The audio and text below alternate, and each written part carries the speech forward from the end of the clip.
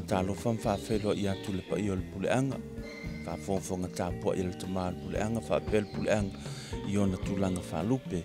Whaatalofa fo i le pa i o Samoa lo whaapenao na whaafonfonga mai LENEI Polokalame, le ngata i tono si o tātua tunuu, ia e whaapea fo i nātua mai moa mai i atunu e mamau. O le tai au ana lela, ia le sa whaapenao na awa i atu le tātua upumana TV Foai Mapu i Fagalele.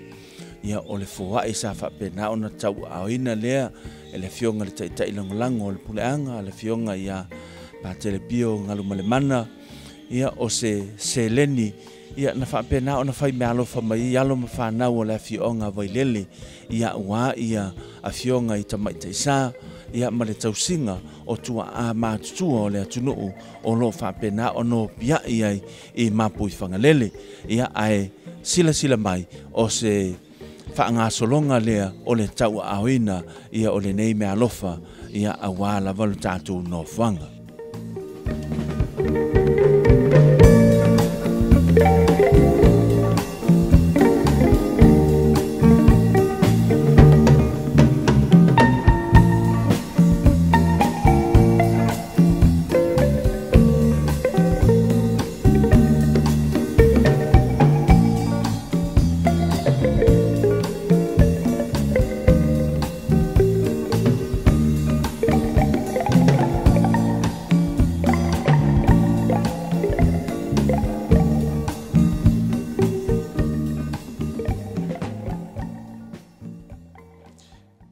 Le aka oko pea ia le pua maonga la.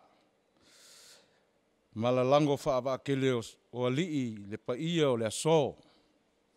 Ua lea ua malu alii le maoka e makakama alii le laufangua o le kui Samoa. E whakalo whakuai le wafionga ma mea sista maalia pale. Whapea kamai kaisa. Ka mama ki ngā makukua o lo whaangongo mangu i Mapu Fagalele ngei. Wa leuku ngā kaufa o mangui o Samoa a koa. O le mafuanga le makusa vali mai le ngei kai au. E whao aku le mea alofa kupe, a kama whangau si o mako ngu o Vaillele. O lo alala mpapa au ya kungu mamau. O le ngore ngei whala popokonga o le vansa. O lo ngawinga, o Vaillele, Amerika, New Zealand, Australia. O akungu umaia o lo papa au ma lalai kama whangau o Vaillele. Sfamkalanga pupu o ngi mafkanga. Mafua maringi mafkanga o le amakanga o COVID is full maleiva. O nga walangonga kama whangau Vaillele le mafakia o Vaillele lalangi o ngol sawa. O le ngi whaamai wa afia le soifua maleo lalangi. Ia ma afia ai ma siokako wa kungu o Samoa. Maonga kangaka. Nga la ngai sko whao ngisi o so makakua o ngi wharapukonga e whao se mafukanga a kama Vaillele, kama whangau o Vaillele. E sosoangi ai e whaasoa ma kausoa i ki ngā mawhinka o le whaamai o le COVID. Mo longa sawa. Nga mafua ai nga kupu le ngi mafukanga. O ngi mafukanga le anganga inga ia maua le o la whaasoa ma kausoa. Ma maua se fofo o mangu angol COVID i le whengale ngale ai ma leola whaakasi o kupulanga Vaillele. O ngei mafukanga wakele songa sao i Vaillele le lako Foai i makua kausi o makua maki ngā makukua. Wa akoa ngei ma le whakausanga o whai ale lako masangi lea o le lako ngalue ngā lofa. E lafo mai se lengi mo ka mama ki ngā makuku o Vaillele. Mo whaasopolia lea ngā lue ngā alofa o whai e kupulanga o si o makongu o lo papa au maalala ia kungu i fafo. O mo o lava i whaalapo pokonga o whaafia ngai ngā kaulangi ale wharifio li si o ngai a Samoa whakilifikalai Mapu ma ngā kaiala le whamkupua Fomar ko ang fomar ngofu ko nga sale polu. Ufa sopolia le la ko nga lue nga lofa. E ala se lengi mai makinga maka mama kua. O foi lai fa fe nga fa pe nga la ko foa ai pe sunga ya sios. ia maanga lei fo'i whaarapopokonga kama whangau Vaillele I Samoa ngei e peo le aula kapi. E o fo'i lai maliu kanga makukua. E lafo me ala ko se lenki. Ia o se ngā lue ngā lofa o whai pea walki kilo mai ma mangaku mai I sio mako ngu o Vaillele ia misio ka mama ki ngā makukua. O ngi whaarapopokonga o lunga suka inga whaonga po ngei ma ke le vavave o laulangi aso ngei. O lo Vaillele la ko fongkanga kulang whapenga ai ese umako ngu o lo mauai. O ngi whaarapopokonga ele o se ekalesia se kasi. Ese umai ekalesia o lo kapua ia kama whangau Vaillele. A le nganga ia koe mōn mafukanga pinga la ko wola ia I le kemi wasola. A o soifua maola I Samoa ngei. Ia le kousi la fia le kai o le ngi mafukanga. Le fionga le peleskenge. Ia o le susunga le ia puloku vainga lepa whekuli lo. O le lako ainga o kawha ile. Au kawha pā kaposa. O le whailau kusi malke ukupe. La fionga ia makaia mauko kasi Samoa. Ia koe kikia whafsanga ima ko whare kaile ai. Ia o makaia ro pati cherry tu ia fiso ingele. Ia o le alo ku ia fiso ingele nga kusi le fia. Ia o tawai pānapa te o matavu I maua. Ia le ainga le sango fulu o kawha pālea. Le o kawha kapeti. Ia o ngāe sa o ipa ngapa. O lingo makai o kawai. O ke o makavu I Fili Samoa, ia o le uso Filipo le, ka o ngā ako pese I misa. O le sunga ia keneti misa, keneti walevan kau kua Samoa, mawalunga long kulanga whanmai. Ia lau masi iaku I Australia Brisbane, ia mau ngā alo, malonga ainga. Ia o le sunga ia ike ngā malimanga, ia ke le lopo, ia o lo oso makua le I lea vaenga. Ia male sunga ngiu kapu ngiu le lei Paulo Lilo. Ia o lako ia ngā lako au I lea mea alofa kaua. Mua mawhangalele. O le wali uma ia. Ngā ngoi popo umai mawhangalele yaso ia. Le leopol mafuanga ngā wanga le lei mai e. Se kukongi mai lako ai ka alafu ma lako anga sala lei mawhangalele. Le yasa si o le wali ia le ngoi popo I whangua kaposa. O lau whaingo le se lengi ua maa au ai I le vansa e luas fulu afe ka la Samoa. Ia lea lau ke wala au a koe lau whionga sisa maa mea.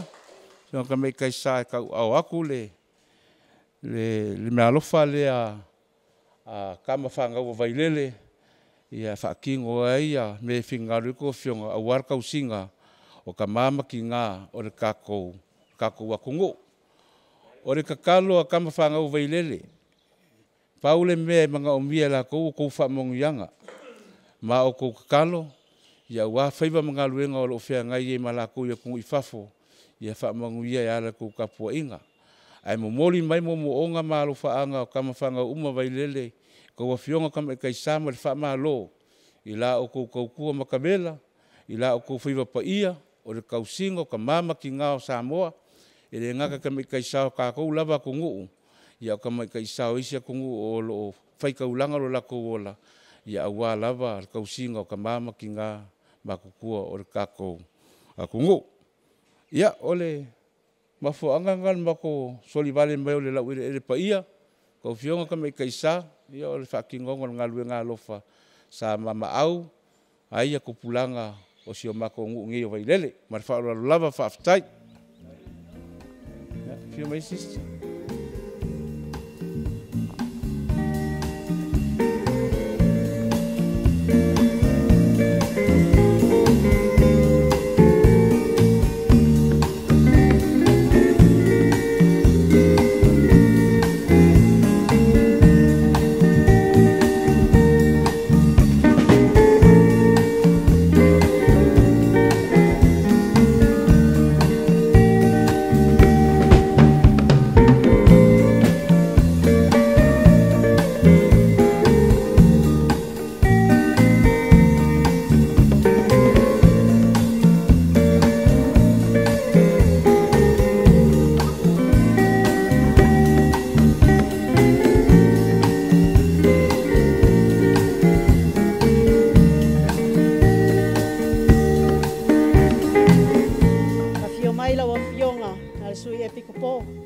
Ia whape foi le taitai.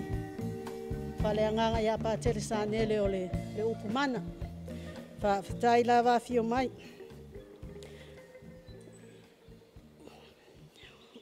O le aso na whafua vela, o le aso se lupe tātou te wheiloa iai. I le whio mai, tala mai o au, e mamori atu ai le anganga whawhitai. I alo ma Fanau o Vaillele, o e kalesia, ese uma. O tau sa wha, fofoa lava I nei puni a lava. E mamori atu ai lava le whawhitai tele. E ui lava I na tātou vāwa maua. E le ngalo ia o tau, ia te o tau tai tō tasi. O tau wanga lei, le anga alofa. Wai whiololo fo ia o tau. O te ilole le ia o tau, ia so tau la iti. O te matua lava ia te o tau, e sa tau lava vale lava, a whaingata I nei. Ai me sili, o lo tu mau pe ia te o tau. Ia o onga, I whātupuina ia na wai o tau la iti. E maa mamone atu fo le whawhitai tele lava, Mapu I Fagalele, I le pule a li ia, I a li o Vaillele, le lātou pui pui, I mai LENEI NOFOAGA. Wa e ui lava I mea uma, e maua lava LENEI NOFOAGA, e file mu, a wā mātou te iloa, o lo o iai lava tangata o lo lātou pui pui mai, o no le pūlenga a li I whai pule o LENEI nu o Vaillele. E mole atua I lava whawhitai. Mo o tau o lo I whafo, these are challenging times. Not only here, but you have been facing this challenge for over nearly 3 years. And yet, you're making sacrifices for us. We are very grateful for your generosity and very generous for all your support to the people of Samoa. Even though Samoa, we are said that we are poor, and yet we are very blessed in many ways because God provides us with nourishment, food. You don't go hungry. If you're hungry, you can go to your next door and say, "Fiaya," and they give you fasiulu, Foai, Miki, and yet we're all living together. This time, Samoa is going through hard times because finally the COVID-19 has arrived. So it's not the moment to point fingers. It's the moment that we come together as a country and work together for peace and also helping each other to survive this whama. So we pray, we pray that everything goes well with us, Samoa, but all our friends, all the young people who are overseas, no matter what country, where you are, we thank you. Whawhetai, telelava, gracias, and danker, whawhetai lava. Ia, pau lava me a Mapu I Fagalele, o le tatalo mo o tau. Talo sanga o lo alatua o Mapu I Fagalele o le powerhouse. Every morning, afternoon, till after, we are praying the rosaries and also holy hour for all your intention. So thank you, thank you, thank you, and we hope to see you in the future. Tofa, soifua, manuia lava le o mau inu mamau. Bye. E maro whawhikai ngā ua mai e ngā kō aku. Ko maku palpala na fionga ya mamea sista Maria pale. Fa mungianga nga ua hungu fa kingo kausala ki ake ukou o ako faiva mangaia. I le kou au mauai ya kungu mamau le sa ilingo manguia mga ko walo maainga. Ia ele ko e fasidia se kala. Maua alava le amoasa nganga makangofia le fionga ya sista. Ia fa fkaifu ya ki ukou malo fai kaulanga malo fai mga kumai ska ko ngu kele ko meri le fai ya fai pea o fai maku ai fai pea ya fa masangi fai meri le ya ele umai meri le e fiu fai meri le le ke kai uma ai fai meri anga ya nga meri anga e va venga uma longa ka uma longa nga meri le ele ke kai nga uma o fa mangyanga ya fu mai meri le ko ki fai ya or kala sanga ko ako masio akuingo fai mai o me ume mai le ku ko fa fo i le ku e nga mai lo ko wa fulilingi mala ko fai nga kaulanga wa ka mama ki nga o Samoa lo papa au malala I Mapu Fagalele ngei ia o mea uma lava mai le kua everything comes from God, return back to him ia o inka ko fa fo I le vi inga le kua fa kai ko lo fionga pa kele sangele o le fa kongo TV upumana le ka le sia ka ko liku Samoa ia mala fionga ia kipi au ka nga vai ngal manga ia nga fo I baenga fa sala lau o lo au fia ia kungu uma le langi worldwide ia marka ko kiwi o mafua nga maua I lef so ka inga ko sila mai ai o faka ngu man manguia la ko fa moe mala ko kaulanga ia wam ka mama kinga o ka ko Samoa papa au I Mapu Fagalele ngei ka ko fa u se kalo yang fa uma le ka ko mafkanga ile sua fal tama male alo male ngang pa ia o le vi ingal Tama ma le alo ma le ngang pa ia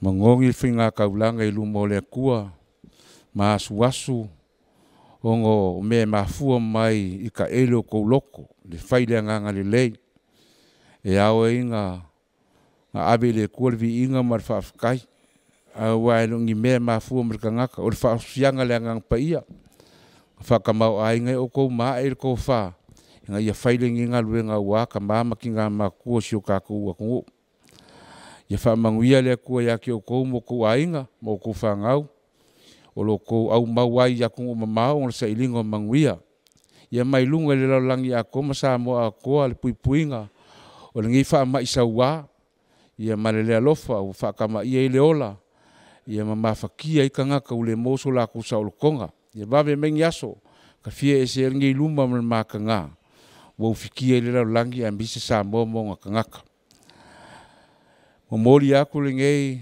kalom fa mangyanga ya ke ko umalava ka mafanga o vailele ile fa ku kalol kinga pa io Maria o le sulu ia la krisiango o fa me melo ile ku longa kinga se wolofa Maria wo tumbo ele kalsia we ate oele o manuia e fine uma manuia Yesu le folo walo Maria pa ia e tina le tua e tar se mato o tangata sal iona po ne mo le tua sol mato o tia ia fatasi le li I mautou ia ilunga I Fanau umo Vaillele lo papa au ia tu I fafo ma le nei NOFOAGA ma Samoa umo le familianga le tua le ona ma umo le tama ma le alo ma le nganga pa ia ia mai familianga nga skolu hip hip hip hip hip hip ia popola ia ole mai moa mai le na le tanto Polokalame faapitoa mo le nei aso ole Foai pa ia ale alo ma Fanau o le afioanga o Vaillele ia mo le tatou NOFOAGA o lo faapena ona no pia ma ia le to'atele o tua a matutua o si o tatou atunu I Mapu Fagalele nei pe o le sa auto mai moa mai ai o le tau aonga o le nei mea alofa e lua se fulu afe tala na faapena ona foia lea e le fionga le tai langolango o le puleanga le fionga ia patele pio ngā luma le mana ia ai taliaina ma le loto faafetai le fionga ia mamea tamai taisa ia faapea foi ia tamama tina matutua o le tatou NOFOAGA I Mapu Fagalele ia o lo iai pe lava sio tatou atunuu I polo inga le malo ia ona o afianga o le Omicron wa faapena ona afiai sio tatou atunuu tu I lumo le atua le tatalo ia mo lana faamalolonga e faapena ona leo ma pui lea I sio tatou atunuu o le atu e maua fo se faapoponga o le tatou Polokalame lea I le vaiaso o iluma whaasoifua ia manuia o whaasausaunga tutoe le fiafi.